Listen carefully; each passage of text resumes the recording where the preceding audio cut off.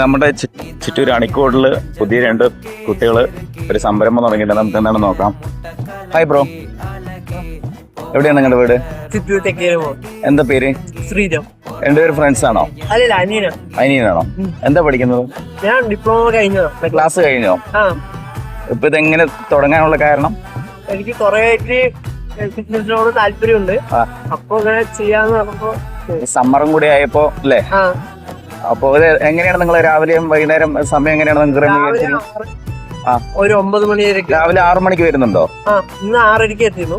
നാളെ തൊട്ട് 6 മണി എത്തുന്നുണ്ട്. ഓ ആയിക്കോട്ടെ. അപ്പൊ ഓൾ ദി ബെസ്റ്റ്. നല്ലൊരു സംരംഭമാണ്, ചൂട് കൂടി ആയതുകൊണ്ട്. അപ്പൊ എല്ലാരും സഹകരിക്കുന്നു വിചാരിക്കണം.